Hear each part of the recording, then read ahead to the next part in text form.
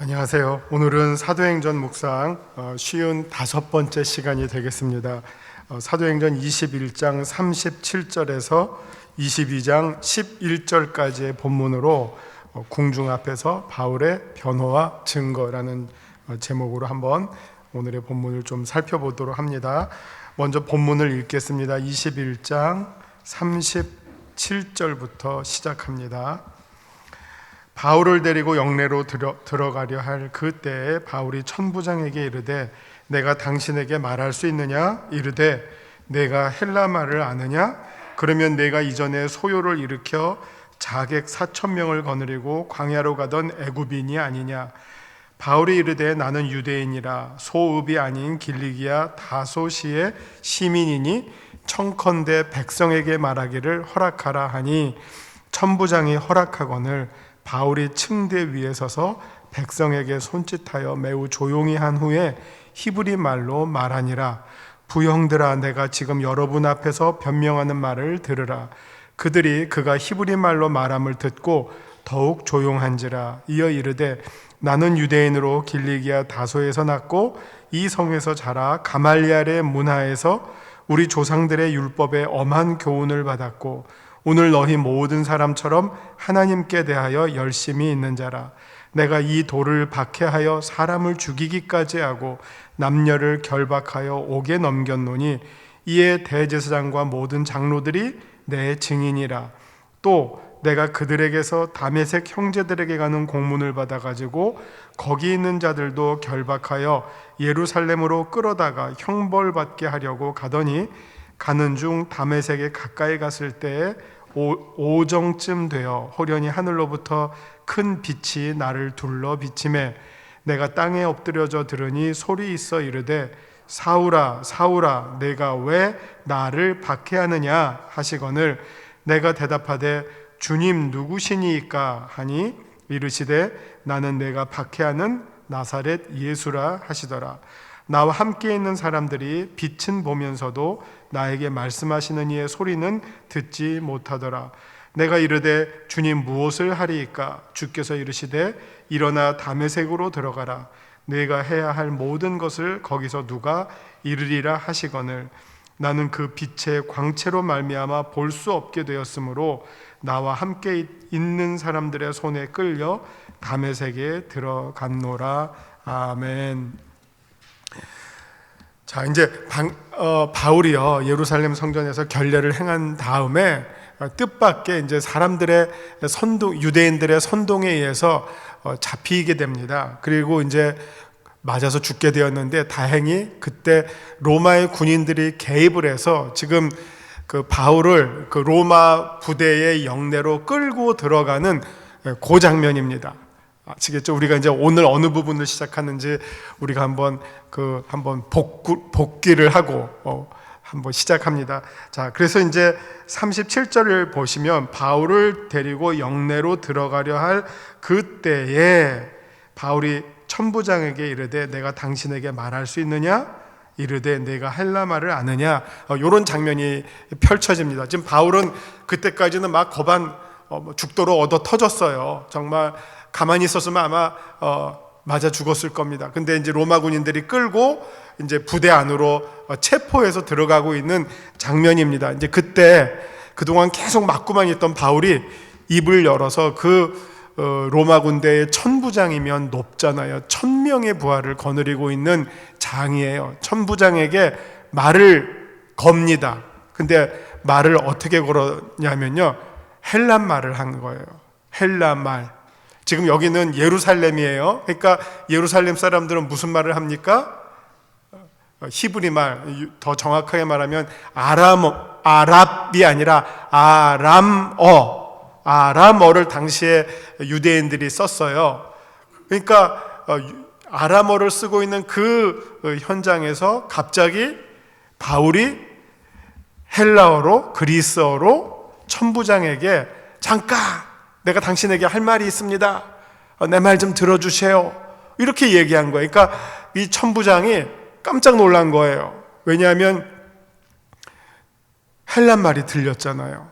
여러분 그런 경험이 있으신지 모르겠지만 외국 여행을 가는데 어디서 한국말이 들리잖아요. 그러면 한 거짓말 못하면 100m인데 100m까지는 안 돼도 한 20m 밖에서도 귀에 쏙 들어와요. 왜? 한국말이니까. 그게 그냥 귀에 박히게 저기 한국 사람 있구나 뭐 이렇게 이제 뭐 하여튼 뭐 동물적으로 들리게 돼요. 그런 것처럼 이 천부장이 이렇게 뭐 넋놓고 있다가 이것도 어떤 또 골치 아픈 놈 하나 잡아간다 하고 있는데 그 사람이 갑자기 헬란말로 나 할 말이 있다니까 이 천부장의 귀가 솔깃한 거예요. 무슨 말 이렇게 된 거예요. 그러면서 이제 하는 말이 내가 헬라말을 아느냐? 이거 사실 이거 아니까 했죠. 그러니까 이거 확인하는 거 아니에요.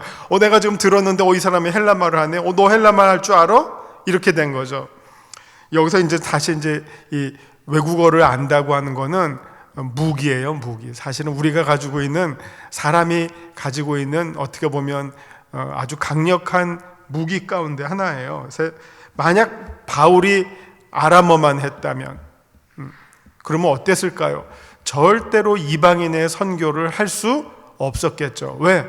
바울이 다니는 데는 다 헬라의 문화권이에요. 그렇기 때문에 그쪽에 가서는 헬라어를 해야 되죠. 여러분 지금 보시는 이 신약 성경 자체도 그 당시에 말은 아람어를 했지만 기록은 헬라어로 써 있어요. 신약 성경에 헬라어로 써 있었기 때문에 그 시대의 세계 사람들이 누구나 읽을 수 있게 됐지, 만약 아람어로 썼다면 누구만 읽었을까요? 유대인만 읽었어요.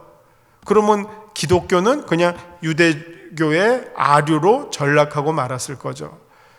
그러나 신약 성경이 헬라어로 쓰여져 있었기 때문에 그 시대의 전 세계 사람들이 다 신약 성경을 보고 복음이 무엇인지를 배우고 들을 수 있게 되었다는 거죠. 사실은 지금도 마찬가지예요. 이 교육에 있어서 제일 교육에서 만약 어떤 사람을 최고의 뭐라고 말해야 할까요? 엘리트로 양육할 수 있는 교육의 내용이 무엇이겠습니까? 첫째는 외국어고요. 둘째는 이제 대개 이제 서양의 교육을 보면 외국어, 그 다음에 음악 교육, 그리고 체육 교육이에요.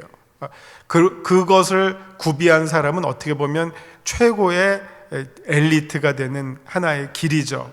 그러면 외국어 하면 뭐 여러분 사실은 제가 예를 들어 조수미 씨가 몇 개 국어를 할까요? 조수미 씨가 한국말만 했으면 아마 미스트롯에 나왔을 거예요. 그냥 그게 끝이에요. 그러나 조수미 씨가 제가 알고 있는 한 일단 한국말 하죠. 이태리에 살고 있으니까 이태리 모든 오페라 이태리어 하죠. 그 다음에 성악을 하니까 독일어와 불어를 하겠죠. 최소한 영, 불, 독, 이태리, 한국말 5개를 하니까 세계적인 음악가로 활동할 수 있는 거예요. 만약 한국말만 하면 한국에서 그냥 우물한 개구리였겠죠. 내가 한국에서 최고다. 그러나 한국만 벗어나면 아무것도 안 되겠죠.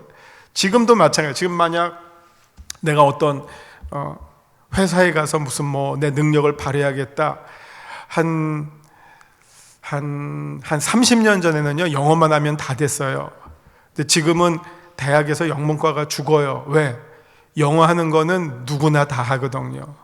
영어는 그냥 혼자서 키우는 거지 학교에서 가르치는 언어가 아니다. 이런 식으로 돼버렸어요. 그만큼 영어가 보편적이 됐어요. 그래서 만약 회사에서 너 외국어 좀 하냐 그러면 영어 하나 하는 거 가지고는 명함도 못 내밀고요. 영어, 중국어, 최소한 영어, 중국어는 해야지 어디 가서 무역을 하든지 하여튼 위에 올라가서 중요한 역할을 하고 영어, 중국어, 일어 거기다가 한두 개 더 하면 그 사람은 이제 직장에서 아주 유능한 사람으로 인정받는 거죠. 오늘날 그렇게 인정받는 것처럼 당시도 똑같았어요. 바울이 가지고 있는, 이미 바울이 갖추고 있는 중요한 어떤 지적 자산이라고 할까요? 아니면 신분적 특권이라고 할까요? 몇 가지가 있었단 말이에요. 그 중에 하나가 로마의 시민권자, 그리고 헬라어를 할 수 있고, 그러나 또 유대인으로서 예루살렘에서 가말리엘 문화에서 유대교의 교육을 철저하게 최고로 배웠다는 것, 이 모든 것들은 어떻게 보면 우리 신약 성경의 반이 바울이 썼잖아요. 그만큼 기독교의 어떤 토대를 닦아 놓는데 바울이 결정적 역할을 할 수 있었던 게 바울이 그렇게 갖추고 있었던 그런 여러 가지 지적 자산들이 바울로 하여금 그 일을 할 수 있게 되었다는 겁니다. 지금 이 순간에서도 지금 천부장의 눈에는 바울은 하나의 어떻게 보면 귀찮은 잡범이나 범죄인이에요. 그런데 천부장의 어떤 그 예상을 깨는 어떤 변화가 무엇으로부터 나왔느냐? 바울의 언어 능력으로부터 나오게 된 거죠. 그게 바로 네가 헬라 말을 아느냐? 이렇게 나오면 이게 어떻게 된 거죠? 잡범과 도둑놈에서 갑자기 지식인으로 확 뜨게 된 거죠. 지금 그런 상황입니다. 그런데 이제 여기에 이 문맥을 잘 읽어보면 그럴 때 이제 천부장이 갖게 되는 생각이 뭐냐면 내가 이전에 소요를 일으켜서 자객 4,000명을 거느리고 광야로 가던 애굽인이 아니냐. 이게 이제 좀 얘기가 건너뛰었는데 아마 이렇게 한번 제가 요 중간에를 한번 복기를 할 수 있을 것 같아요. 지금 천부장이 바울을 봤을 때 여러 가지의 혐의를 두고 혹시 이거 이런 사람 아니야? 요런 놈 아닐까? 저런 놈 아닐까? 여러 가지 가능성을 가지고 어떤 놈일까? 아마 이렇게 생각하고 있을 거예요. 근데 헬라 말을 하니까 아마도 애굽 사람 가운데 아주 헬라 말에도 능숙하면서도 또 로마에 대해서 반역을 꿈꾸었던 소위 애굽의 독립운동가가 딱 생각났던 거예요. 그럼 너 그 사람 아니야? 이렇게 거꾸로 물어본 거죠. 그러니까 바울이 여기에 대해서 나 애굽 사람 아닙니다. 나 유대인입니다. 그런데 그 다음 말은 또 재밌어요. 이게 나 유대인인데 촌놈이 아니라 도시 사람이에요. 이 말이에요. 지금 유대인입니다. 그런데 소읍이 아니라 내가 어디 산골짜기에서 온 그런 그냥 우리 식으로 말하면 촌놈이나 하찮은 사람이 아니라 변두리 사람이 아니라 나 그래도 길리기아의 다소 아주 문명도시 사람입니다. 이렇게 이제 자기의 신분을 하나하나씩 밝혀나가는 거예요. 그러면서 청컨대 나의 백성에게 즉 유대인에게 내가 뭐 좀 말할 수 있도록 허락해 주십시오. 이렇게 한 거예요. 여러분 한번 이걸 생각해요. 이걸 만약 바울이 유대말, 그러니까 아람어로 유대인 통역을 통해서 천부장에게 말할 수 있었을까요? 불가능하죠. 아마 야 인마 닥쳐라 무시했을 거예요. 그런데 천부장이 듣도록 직접 헬란말로 이렇게 조목조목 얘기하니까 천부장이 이 바울에 대해서 어떤 마음이 생겼을까요? 소위 리스펙트가 생긴 거죠. 이 사람 범상한 사람은 아니구나, 하찮은 사람은 아니구나. 그래서 말할 기회를 얻게 되는 거예요. 그러니까 이게 참 중요하죠. 그래서 40절에 보면 천부장이 허락하거늘 바울이 우리 층대라는 말씀 제가 지난주에 드렸죠. 로마의 군인들이 예루살렘을 감시하기 위해서 쌓아놓은 높은 망루에 층대 위에 올라가서 백성들에게 손짓해서 매우 조용히 한 후 히브리 말로 말하니라. 이렇게 이제 전개되는 거죠. 그림이 그려지죠. 이제 제가 바울이면 이 층대 위에 올라가서 사람들이 막 떠드니까 막 이렇게 했겠죠. 조용해라. 그러니까 사람들이 누가 높은 데 올라가서 조용히 시키니까 이제 왜 그러나 하고 이제 집중해서 듣기 시작합니다. 그래서 22절부터 오늘 읽은 11절까지가 바울이 이제 자기 변명을 하는 거예요. 근데 이 변명은 뭐냐면 소위 바울의 회심 스토리예요. 바울이 어떻게 기독교를 박해하던 사람으로부터 어떻게 기독교의 전도자가 되었는지 그 자기의 어떤 히스토리를 소개해 주는 내용입니다. 근데 사도행전에 보면 사도행전이 사실 28장이지 않습니까? 28장 가운데 바울의 이 회심 기록이 몇 번 나오는지 아세요? 바울의 회심 얘기가 몇 번 나오는지 아세요? 3번 나와요. 3번. 근데 이게 다 할 때마다 그 대상이 달라요. 그리고 그 회심의 스타일, 어떻게 보면 이 문학의 성격, 문학의 장르가 3개가 다 달라요. 내용은 같지만 그 똑같은 내용을 어떻게 보면 다른 버전으로 소개하고 있어요. 왜? 이 바울의 회심을 듣는 독자들이 세 장면마다 다 다르기 때문이에요. 그래서 보면 어디에 나오냐? 첫 번째는 어디에 나옵니까? 아주 이거는 꼭 기억하셔야 돼요. 9장. 9장은 바울의 회심 본문이잖아요. 사도행전 9장. 9장에 나오는 그 바울의 회심은 어떻게 보면 그 순서대로 이거 역사적 시간차대로 그냥 쭉 사건으로 벌어진 일들을 그대로 적은 어떻게 보면 자전적 소개예요. 그게 사도행전 9장에 나오고요. 오늘 22장에 나오는 이 내용은요, 그 바울의 회심을 유대인들을 대상으로 소개하는 거예요. 그러니까 유대인들이 듣게끔 하기 위한, 유대인을 위한 버전으로 소개되는 게 22장이에요.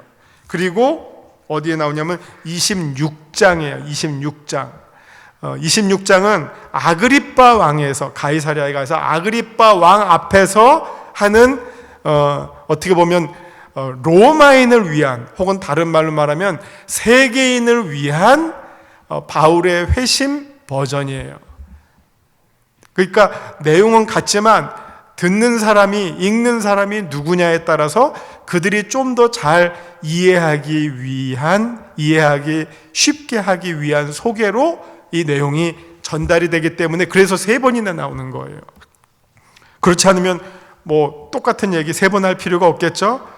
사도행전 9장만 보시오 하면 끝날 텐데 9장에도 있지만 또 22장에도 있고 26장에도 있어요. 그러니까 이게 우리가 어떤 언어를 쓸 때 이 언어는 이게 누구를 위한 언어냐에 따라서 조금 더 전달이 잘 되고 전달이 안 될 수도 있어요. 전달이 조금 더 어려울 수도 있죠. 우리 오늘 박 집사님이 기도하실 때 만유의 하나님이라고 시작하셨죠. 이거는 아주 그 바울식으로 이야기하면 세계인을 위한 기도의 시작문이에요. 만약 이스라엘을 위한 기도의 첫 마디, 하나님을 부르면 어떻게 불렀을까요? 아브라함과 이삭과 야곱의 하나님으로 시작했겠죠. 그러면 유대인들은 어떻게 느낄까요? 우리 조상들의 하나님이야, 우리 하나님이야, 이렇게 느꼈겠죠. 근데 만약 로마인들을 대상으로 아브라함과 이삭과 야곱의 하나님 그러면 그게 누구지? 전혀 마음으로 오지가 않죠. 뭐 자기랑 상관없는 사람이죠. 그런데 만유의 하나님, 이거는 아주 우주적 하나님이란 말이에요. 그러면 이거는 정말 유대인이나 헬라인이나 누구든지 그렇지, 우리 하나님은 이 세상에 있는 모든 존재하는 것들의 하나님이시지 하면 자기의 하나님으로 받아들일 수가 있는 거죠. 또 아까 기도하실 때 뭐라 그랬죠? 우리가 하나님의 슈퍼 전파자라고 대기하셨다는 말에서 이게 오늘날 우리에게는 확 오는 말이잖아요. 우리 지금 슈퍼 전파자가 뭐예요? 한 명의 이 바이러스를 갖고 있는 사람이 수십 명한테 이 바이러스를 퍼뜨리는 거 슈퍼 전파자잖아요. 그 한 사람 때문에 롯데가 문 닫고 이마트가 문 닫고 하는 거, 그거 슈퍼 전파자잖아요. 그런 것처럼 우리가 정말 이 복음의 슈퍼 전파자가 되게 해 주십시오. 이거 오늘날 지금 뭐 이 신종 코로나 바이러스 이 시대 속에 살고 있는 우리들에게는 이 말이 그냥 확 와닿는 말이죠. 우리가 어떻게 살아야 할고 복음의 슈퍼 전파자로 살게 하옵소서. 그러면 그냥 한 방에 훅 우리에게 전달이 되잖아요. 아, 그런 것처럼 우리도 정말 지난주에 말씀드린 것처럼 때를 얻든지 못 얻든지 복음을 전하겠다는 이 바울의 열정과 그 전도 사역이 우리에게 그대로 전달되는 말이 복음의 슈퍼 전파자이지 않습니까? 자, 그런 것처럼 이게 듣는 사람, 그 다음에 그 말을 전파하는 그 상황에 따라서, 맥락에 따라서 어떤 식으로 말해야 될까 하는 거를 우리가 유념해야 되겠습니다. 예를 들어서 우리가 기도할 때 제가 볼 때 제일 어려운 기도가 어떤 기도냐면요, 초신자를 대상으로 하는 기도가 제일 어려워요. 왜? 왜냐하면 우리가 쓰는 용어에 너무 익숙해 있어서요, 우리가 뭐 말을 하면 다 그 언어만 써요. 근데 처음 교회 나온 사람한테는 그 말들이 너무 낯설죠. 그리고 때로는 거부감도 들어요. 거부감. 그래서 왜냐하면 이제 우리들은 우리가 죄인입니다 하는 거에 대해서 너무 익숙해 있어요. 그리고 거기에 대해서 대부분은 거부감이 없어요. 근데 교회 처음 나온 사람한테 우리가 막 죄인입니다. 우리가 막 죽을 수밖에 없는 이러면 그 사람들은 내가 무슨 죄를 지었는데 왜 저러지? 그래서 우리 요즘도 있지만 그런 말 안 쓰는데 안티 기독교라는 집단이 있잖아요. 기독교 반대하는 집단들. 거기서 제일 싫어하는 말이 뭐냐? 왜 교회 안 나가느냐? 교회 나가면 우리를 죄인이라고 말하는 게 너무 싫습니다. 우리가 왜 죄인이에요? 이렇게 나오는 거예요. 그러니까 왜 우리가 죄인이라고 말하는지 우리는 너무 잘 알고 익숙해요. 그러나 교회 안 나오는 사람들은 그게 낯설어요. 그러면 우리가 그 사람들도 공감할 수 있는 말로 조금 다른 언어를 써야 되겠죠. 그 사람들도 이해할 수 있는 말을 써야 되겠죠.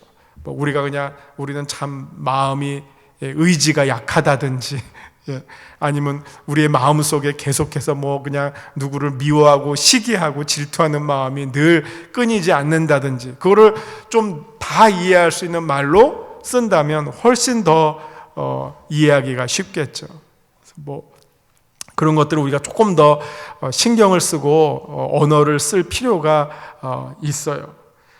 그래서 예를 들면 우리 여기 대표 기도할 때 우리 교회에서는 잘 안 하지만 우리를 너무 낮추는 표현들이 있잖아요. 하나님 앞에서 우리를 아까 말한 죽을 수밖에 없는 죄인, 그다음 이 벌레만도 못한 죄인들 이렇게 하면 사실은 이게 우리가 일상생활에서는 그런 표현 잘 안 쓰잖아요. 누가 나를 향해서 나는 벌레만도 못한 인간입니다.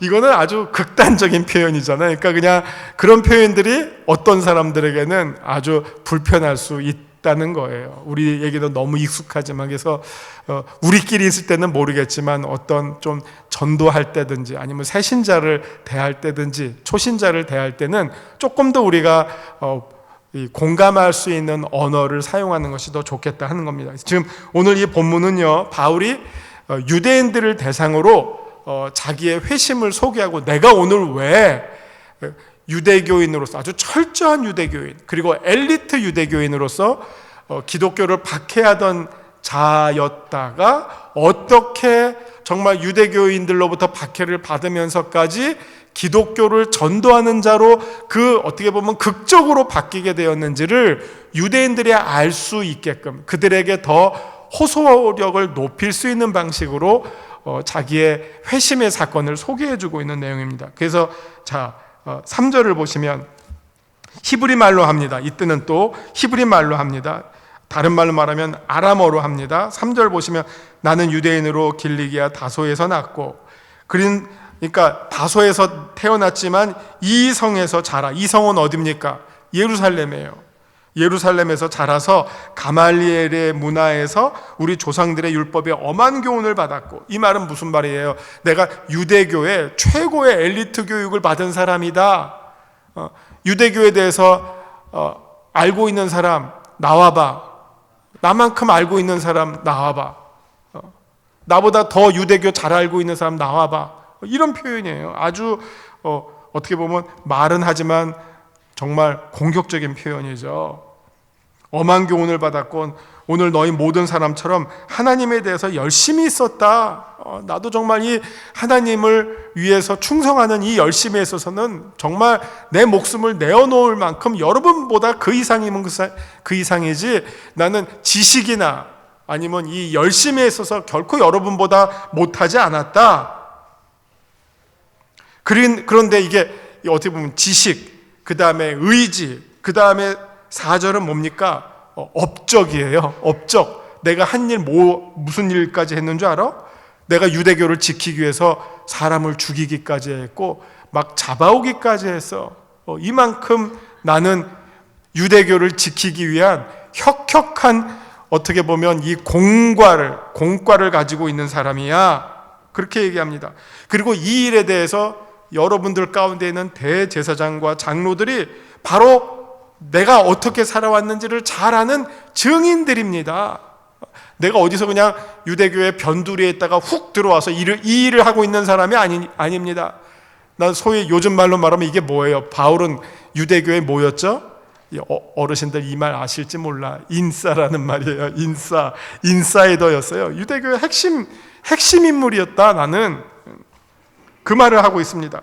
그러던 중에 5절 보면 내가 더군다나 그 일을 집행하기 위해서 다메섹에 공문을 가지고 유대인 체포하려고 가고 있던 중이었다. 이게 전반전이에요. 유대교의 열심인 유대교주의자로서의 바울을 유대교인들에게 소개하는 내용입니다. 자, 그러다가 어떤 반전이 일어났느냐? 그게 이제 6절부터 가는 중 다메섹에 이르렀을 때, 이건 정말 초자연적인 소위 계시잖아요. 한편으로는 계시고 또 다른 한편으로는 소명이에요. 바울에 대한 부르심이에요. 하나님의 부르심. 계시를 보고, 이 계시는 하나님의 나타나심이죠. 주님의 현현을 보고, 그리고 그 현현이 바울에게는 바울을 향한 하나님의 소명, 부르심으로 작동이 돼서 자기가 왜 이렇게 유대교인으로부터 그리스도인으로 바뀌게 되었는지, 그 이유는 하나님의 계시가 있었고 하나님의 직접적인 부르심이 있었기 때문에, 그리고 그 부르심의 핵심의 내용은 뭐냐면은 예수 그리스도라는 거죠. 너 지금 그 당시 유대교인 바울에게 있어서는 하나님과 예수 그리스도가 연결이 안 됐어요. 근데 이 바울이 경험한 이 계시를 통해서 누구십니까 하니까 예수님이 뭐라고, 주님이 뭐라고 대답을 하셨어요? 나는 네가 핍박하는 예수다. 이 음성을 통해서, 이 사건을 통해서 바울은 내가 지금 예수님을 핍박했구나. 이 예수님은 하나님이 보내신 자였는데 그걸 내가 모르고 핍박했구나. 그 자기가 핍박했던 그 예수와 하나님이 보내신 자와 그 다음에 부활과 하나님의 계시, 그리고 자기를 향한 부르심, 이게 한 줄로 딱 연결되는 순간 정말 전율과 같이 모든 그동안 구약에 자기가 알고 있었지만 깨닫지 못했던 그 예수 그리스도를 향한 하나님의 계시의 말씀, 예언의 말씀이 실현이 됐다는 사실을 깨닫게 되었다는 거죠. 그래서 이제부터 내가 유대교인이 아니라 그리스도교인이 된 것이고, 기독교를 핍박하는 자가 아니라 기독교의 전도자로 내가 왜 바뀌게 되었는지를 지금 유대인을 대상으로 자기의 그 회심의 스토리를 소개해주고 있는 내용입니다.